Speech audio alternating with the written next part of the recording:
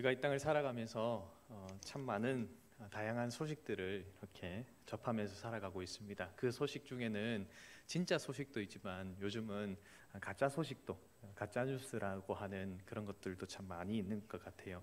넘쳐나는 소식 가운데에 어떤 소식은 우리가 들으면 참 마음이 따뜻해지기도 하고 또 기분이 좋아지고 또 행복한 그런 마음을 갖게 되는 소식이 있습니다.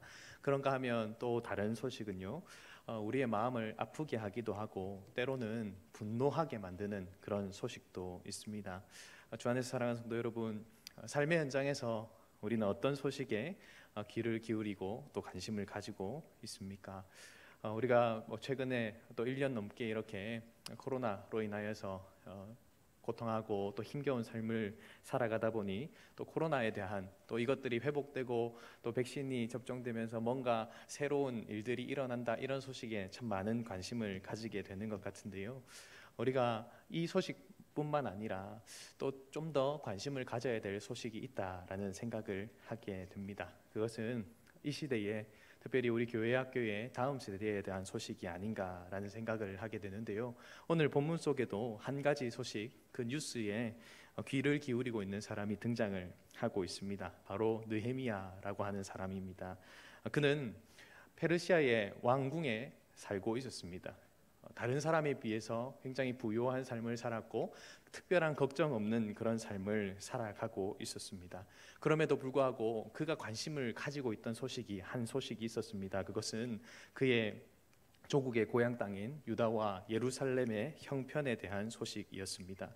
그들이 과연 어떻게 살고 있을까? 그들은 힘들진 않을까? 잘 지내고 있을까에 대한 그런 궁금증을 그는 가지고 있었습니다. 그래서 유다에서 온 자신의 형제인 하나니가 돌아왔을 때에 이렇게 묻고 있습니다. 사로잡힘을 면하고 남아있는 유다와 예루살렘 사람들의 형편이 어떠냐라고 물었다라는 것이죠. 이렇게 물은 것은 좋은 소식을 기대했을 겁니다. 잘 지내고 있습니다. 정말 건강하게 지냅니다. 그들이 정말 행복한 가운데에서 따뜻하게 살고 있습니다. 아름답게 살고 있습니다. 이런 소식을 듣고 싶었는데요. 그 전에 들은 소식은 어떤 소식이었습니까? 3절 말씀에 이렇게 말씀하고 있습니다. 그들이 내게 이르되 사로잡힘을 면하고 남아있는 자들이 그 지방 거기에서 큰 환난을 당하고 능욕을 받으며 예루살렘 성은 허물어지고 성문들은 불탔다 하는지라. 아멘. 사로잡힘을 면하고 남아있는 자들의 형편이 어떻다고 말하고 있습니까?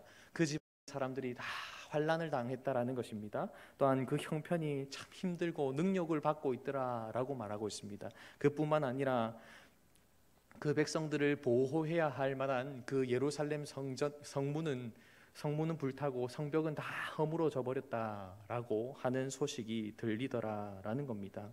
느헤미야 이전에 많은 사람들이 포로 귀환을 했습니다. 포로 귀환을 해서 스룹발벤을 중심으로 해서 성전을 재건하는 일을 했고요. 또 에스라를 중심으로 해서 2차 귀환을 하면서 백성들이 하나님의 말씀, 그 율법으로 돌아가는 그 작업들을 그는 이전에 했습니다. 그런데 지금 들려오는 소문, 그 형편은 어떻습니까? 여전히 환난 가운데 있고 능욕을 당하고 있고 그들을 보호해야 할 그 성벽은 다 허물어지고 성문조차도 불타서 그들이 신체적으로 뿐만 아니라 영적으로도 고통하고 있다라는 소식을 들은 것입니다. 가슴이 아리고 그렇게 무너지는 것 같은 심정이었을 겁니다. 그래서 그는 그 말을 듣고 어떻게 했다고 합니까? 그 말을 듣고 주저앉아서 슬퍼하면서 수일 동안 울었다라고 말을 하고 있습니다. 이 유다와 예루살렘 거민들의 형편에 대한 장면을 보면서 이 시대의 다음 세대에 대한 현실이 눈앞에 들어왔습니다. 그들이 영적인 환난과 어려움 가운데 있고 또한 그들의 삶을 보호해 줄 만한 그러한 것들이 다 허물어져 버린 시대가 눈에 들어오더라라는 겁니다. 그러면서 두 가지 이야기가 생각이 났습니다. 최근에 들었던 두 분을 통해서 들은 얘기인데요. 하나는 한 미션스쿨 고등학교에서 교목으로 섬기고 있는 친구에 대한 이야기였습니다. 친구가 이렇게 이야기하는 겁니다. 그 학교에 종교 활동이나 아니면 기독교 행사를 할 때에 자신을 도와서 교목 목사를 도와서 이렇게 섬기는 종교부장을 한 학급에 한 명씩 세우게 된답니다. 그런데 어떤 반에는요, 교회를 다니는 친구, 예수님을 믿는 친구가 아무도 없어서 세울 수 있는 사람이 없다는 거예요. 그래가지고 그냥 궁여지책으로 천주교, 성당에 다니는 친구를 세우기도 하고요. 어떤 때는 어떤 반에서는 그냥 자원하는 친구가 있으면 불교인 아니면 무교인 친구들도 그렇게 세운다라는 이야기를 들었습니다. 또 얼마 전 여름 성경학교를 준비하기 위해서 여름 성경학교 지도자 세미나에 다녀왔습니다. 그때 총회교육원 원장인 이기록 목사님께서 이런 한 강의 시간에 도표를 하나 보여줬습니다. 21세기 교회 연합 연구소라고 하는 곳에서 설문을 한 내용이었는데요. 기독 청년 700명에게 설문조사를 한 내용이었습니다. 그런데 그 700명 중에서 20%, 140명이요. 예수님을 믿는다고 하면서 교회는 안 나가는 청년들이었습니다. 소위 말하는 가나안 성도들라는 것입니다. 그런데 그들을 향해서 이 700명을 향하여서 향후 10년 후에는 당신은 어떻게 신앙생활하고 있을 것 같습니까? 라고 질문을 했는데요. 놀라운 것은 그 700명 중에 50명 정도는요, 예수님 안 믿겠다라고 했답니다. 안 놀라시네요. 예상하고 계셨나요? 그런데 더 놀라운 것은요, 140명, 20%가 이미 교회 안 나가고 있다고 했지 않습니까? 그런데 10년 후에는요, 또 다른 20%, 140명이 교회를 안 나가고, 예수님은 믿지만 교회를 안 나가고 있을 것 같다라고 했답니다. 700명 중에서 절반 정도만 되는 청년들이 10년 후에도 나는 충실하게 신앙생활을 할 것 같다라고 말했다라는 것이죠. 이야기를 들으면서 어떻습니까? 참 안타까운 현실이지 않습니까? 설교를 준비하면서 청소년 청년 복음화율이 어떤가 싶어서 이렇게 검색을 해봤습니다. 10년 후 제가 한창 청소년 사역을 할 때에 청소년 복음화율이 10%다라고 했었거든요. 그래서 그 정도는 유지하고 있겠지라고 생각했는데요. 청소년 복음화율이 3%대랍니다. 100명 중에 3명 예수님 믿는다랍니다. 그런데 10% 정도였던 그 10년 전 비율이 10%를 유지해야 되는데 안타깝게도요. 청년 복음화율은 3%, 청소년과 비슷하더라라는 것이죠. 이 소식을 보면서 참 마음이 아팠습니다. 느헤미야와 같이 정말 가슴을 치며 아파해야 할 현실이구나라는 생각이 들었습니다. 다음 세대의 위기다라고 하는 소리를 많이 들어왔고, 또한 저희도 참 많이 이야기해왔는데 이 위기가 더욱더 가속화되고 있다라는 생각을 하게 되었습니다. 그러면서 이제 우리가 이 여름 사역을, 교회학교 여름 사역을 준비하는 이때에 이 다음 세대를 형편을 듣고 어떠한 일을 먼저 해야 될까라는 생각을 해보게 되었고요. 오늘 본문의 말씀을 살피면서 느헤미야의 기도 가운데에서, 또한 느헤미야의 삶의 모습 가운데서 우리 어른 세대들이, 부모 세대들이 어떠한 일들을 해야 될지에 대해서 말씀을 통해서 살펴보고자 합니다. 첫 번째는요, 그들의 죄를 자복하고 회개해야 한다라는 것입니다. 느헤미야는 형제 하나니의 말을 듣고 앉아서 울고 수일 동안 슬퍼했습니다. 그리고 하늘의 하나님 앞에서 금식했습니다. 그는 계속해서 하나님께 기도하면서 하나님을 향하여 하나님 당신은 이런 분입니다 라고 고백합니다. 5절 말씀인데요, 함께 5절 말씀을 읽어보겠습니다. 함께 읽습니다. 시작. 이르되 하늘의 하나님 여호와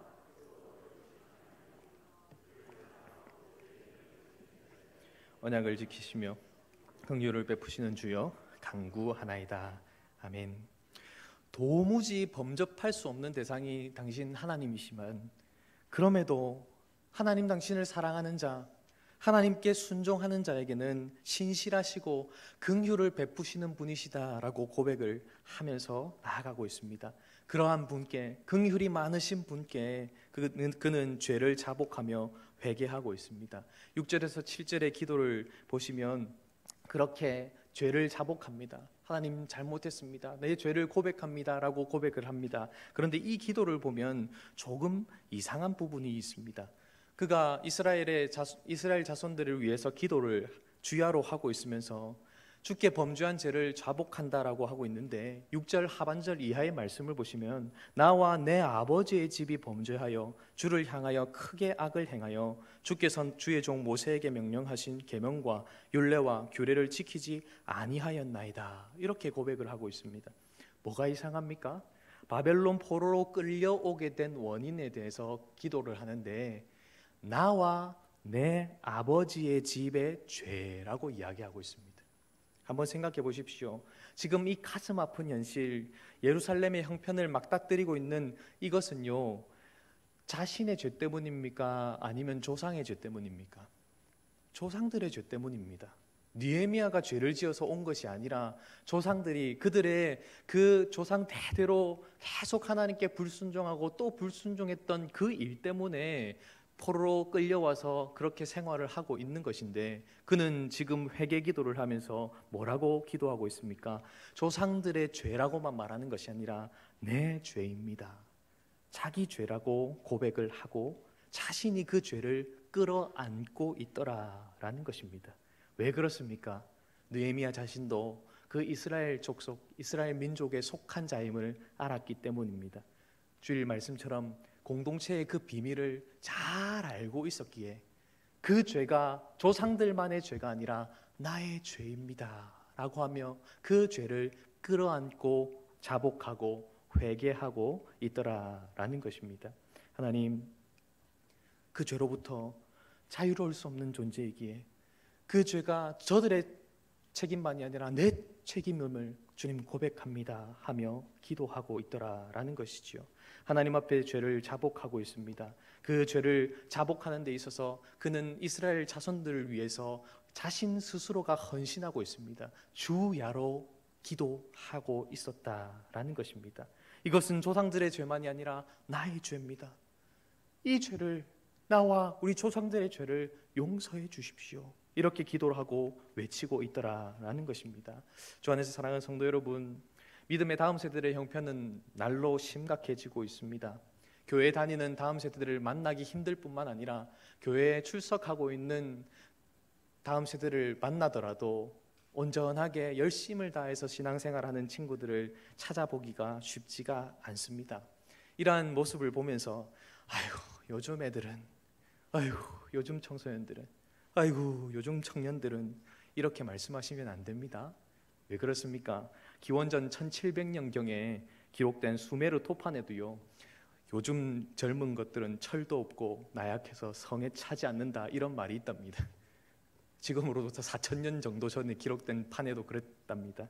사랑하는 여러분, 우리는 다음 세대의 형편을 바라보면서 우리의 죄, 우리의 잘못인 줄 알고 회개해야 합니다. 저들이 저런 형편 가운데 있는 것이 부모 세대인 나의 잘못입니다. 할아버지 세대인 나의 잘못입니다 하며 고백해야 합니다.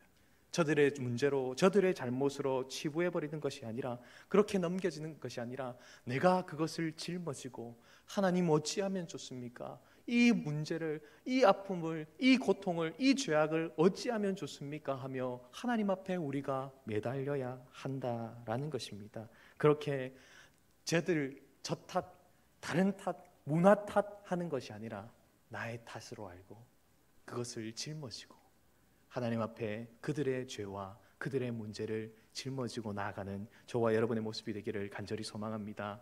두 번째로, 오늘 느헤미야는 어떻게 했습니까? 하나님 앞에 은혜를 구했습니다. 죄에 대해서 자복하면서 동시에 하나님의 은혜를 우리는 구해야 합니다. 느헤미야는 지금 이 비참한 현실이 오게 된 이유를 나와 우리 조상의 죄다라고 고백하고 회개했을 뿐만 아니라 하나님의 약속의 말씀에 근거해서 지금 은혜를 구하고 있습니다. 하나님 약속하셨지 않습니까? 약속하셨던 대로 은혜를 베풀어 주십시오 하고 기도했습니다. 그가 처음 기도를 할 때 하나님에 대해서 뭐라고 고백했었습니까? 하나님 언약을 지키시고 긍휼을 베푸시는 주님이시지 않습니까? 라고 불렀지 않습니까? 그 고백대로 그는 하나님 앞에 기도하면서 말씀을 기억해 달라고, 하나님 언약하셨지 않습니까? 그 언약을 기억해 주시고 긍휼을 베풀어 주십시오라고 기도합니다. 9절 말씀입니다. 만일 내게로 돌아와 내 계명을 지켜 행하면 너희 쫓긴 자가 하늘 끝에 있을지라도 내가 거기서부터 그들을 모아 내 이름을 두려고 택한 곳에 돌아오게 하리라 하신 말씀을 이제 청하건대 기억하옵소서. 아멘. 그의 이 기도는요, 신명기 30장 2절에서 4절 말씀에 기초한 기도입니다. 신명기 30장 2절에서 4절에 이렇게 말씀합니다. 너와 내 자손이 내 하나님 여호와께로 돌아와 내가 오늘 내게 명령한 것을 온전히 따라 마음을 다하고 뜻을 다하여 여호와의 말씀을 청종하면 내 하나님 여호와께서 마음을 돌이키시고 너를 긍휼히 여기사 포로에서 돌아오게 하시되 내 하나님 여호와께서 흩으신 그 모든 백성 중에서 너를 모으시리니 내 쫓겨간 자들이 하늘가에 있을지라도 내 하나님 여호와께서 거기서 너를 모으실 것이며 거기서부터 너를 이끄실 것이라. 아멘. 약속에 신실하신 하나님께서 지금 이렇게 말씀하셨지 않습니까? 우리 조상들에게 그렇게 약속하셨지 않습니까? 이 약속의 근거에서 언약에 신실하신 하나님, 긍휼히 베푸시는 하나님, 긍휼히 여겨주십시오 하고 간절하게 기도하고 있더라는 겁니다. 그러면서 그는 쐐기를 박듯이 10절에서 이렇게 말합니다. 이 백성이 누구의 백성이냐고 말합니까? 이들은 주께서 일찍이 큰 권능과 강한 손으로 구속하신 주의 종들이요 주의 백성이니이다. 아멘. 하나님 은혜를 부어줘야 할 이 사람들, 다른 백성이 아니라 하나님의 종들이고 하나님의 백성입니다. 하나님께서 친히 건지셔서 구원하신 자들입니다 라고 고백을 하고 있더라라는 것입니다. 주 안에서 사랑하는 성도 여러분, 우리 하나님께서 독생자 예수님을 이 땅 가운데 보내신 이유가 무엇입니까? 우리가 잘 알듯이 세상을 이처럼 사랑하셨기 때문입니다.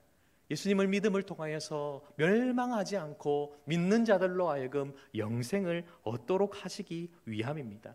세상을 심판하시기 위해서가 아니라 세상이 그로 말미암아 구원받도록 하기 위해서라고 말씀합니다. 요한복음 3장 16절 17절 말씀 함께 읽어보도록 하겠습니다. 시작.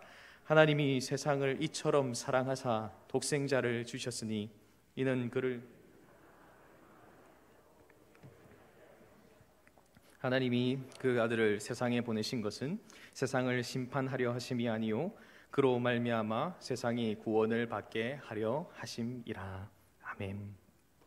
이와 연결해서 우리 교회에 속한 믿음의 자녀들뿐만 아니라 세상 속에 있는 그 다음 세대들 역시 하나님은 구원하기를 원하고 계십니다. 그들 역시 구원받아야 할 대상들이라는 것입니다. 하나님의 은혜가 부어져야 할 대상들입니다. 그렇기에 사랑하는 성도 여러분, 이들을 위해서 하나님의 은혜가 풍성히 부어지도록 간절하게 간구하는 저와 여러분 되기를 간절히 소망합니다. 하나님, 저들을 위해서 아들을 보내셨지 않습니까? 나만을 위해서가 아니라 저 다음 세대를 위해서 아들을 보내셨는데 저들에게도 아들을 믿는 믿음을 주십시오. 저들을 구원해 주십시오. 저들을 불쌍히 여겨 주십시오 하고 우리가 은혜를 간구해야 할 것입니다. 특별히 이번 여름을 보내면서 우리의 교회에 속한 믿음의 다음 세대들이 정말 뜨거운 여름 날씨만큼이나 뜨겁고 놀라운 그 하나님의 사랑을 누릴 수 있는 여름이 되도록 기도하는 저와 여러분들 수 있기를 간절히 소망합니다. 마지막으로 느헤미야는 어떻게 행동했습니까? 실질적인 헌신을 했습니다. 느헤미야는 주야로 기도했습니다. 간구를 올려드렸습니다. 그리고 하나님 앞에서 놀랍도록 큰 은혜, 그 형통을 받게 됩니다. 그래서 무엇이 되었다고 11절 마지막에 기록하고 있습니까? 왕의 술관원이 되었다라고 말합니다. 그 술관원이 된 것으로 끝나지 않습니다. 그는 계속해서 기도하는 삶을 멈추지 않았습니다. 오늘 본문은 기슬루월이라고 하면서 시작했습니다. 우리 원력으로 보면 11월에서 12월에 해당되는 월인데요. 언제까지 기도했습니까? 2장 1절을 보시면 니산월이라고 되어 있습니다. 3월에서 4월입니다. 즉 4개월 동안 그 소식을 듣고 그는 기도하는 세월을 보냈습니다. 하나님의 은혜를 구했습니다. 그리고 왕이 그에게 무슨 일이 있느냐라고 묻는 놀라운 은혜의 선기 시작됩니다. 그리고 그렇게 물을 때에 이렇게 대답합니다. 예루살렘 우리 민족의 형편이 이러한데 그 소식을 듣고 내가 수심이 가득할 수밖에 없어서 이렇게 얼굴 표정이 어둡습니다 라고 말하자 그가 묻습니다. 왕이 무엇을 원하느냐라고 물었을 때 그는 기도하고 이렇게 대답합니다. 그 성으로 돌아가서 내가 성벽을 재건할 수 있도록 그들을 다시금 좀 돌보고 돌아올 수 있도록 허락해 주십시오 라고 말합니다. 그는 실질적으로 그 자리에 가서 헌신하겠다는 겁니다. 성벽을 짓는 자리까지 내가 가서 헌신하겠습니다 라고 하며 헌신을 하더라라는 것입니다. 주 안에서 사랑하는 성도 여러분, 느헤미야는 유다와 예루살렘의 형편을 듣고 회개하고 기도한 것으로 끝나지 않고 기도를 지속하며 실질적인 헌신의 자리까지 나아갔습니다. 우리도 마찬가지입니다. 다음 세대를 위해서 우리는 회개의 기도를 드려야 하고 은혜를 구하는 일을 해야 합니다. 하지만 그것으로 끝나는 것이 아니라 그들을 위한 실질적인 헌신을 또한 해야 할 것입니다. 우리의 다음 세대를 향하여서 끊임없이 하나님 은혜를 더해 주십시오 하고 기도하는 그 헌신이 필요할 것입니다. 그뿐만 아니라 우리 다음 세대를 만날 때마다 여러분 축복해 주고요, 칭찬하고 격려하는 일을 우리 부모 세대가 해야 할 것입니다. 아이들을 보면서 말썽장이가 아닌 아이들이 어디 있겠습니까? 그죠? 어린아이인데 의젓하게 있으면 조금 그게 문제가 있는 건 아니겠습니까? 사고도 치고 문제도 일으킨다 할지라도 그들을 향하여서 바라보며 축복해주고 칭찬하고 격려하는 일을 우리 부모 세대가 해야 할 것입니다. 우리가 행하는, 그렇게 던지는 따뜻한 말 한마디가 그들의 마음을 녹이고 새롭게 하는 놀라운 일들이 있게 될 것입니다. 그리고 우리가 해야 될 실질적인 헌신이 무엇일까요? 지금 우리 교회는 교육 컨설팅이라고 하는 것을 하고 있습니다. 이를 위해서 우리 성도님들이 기도해 주시고 또한 적극적으로 지지해 주셔야 합니다.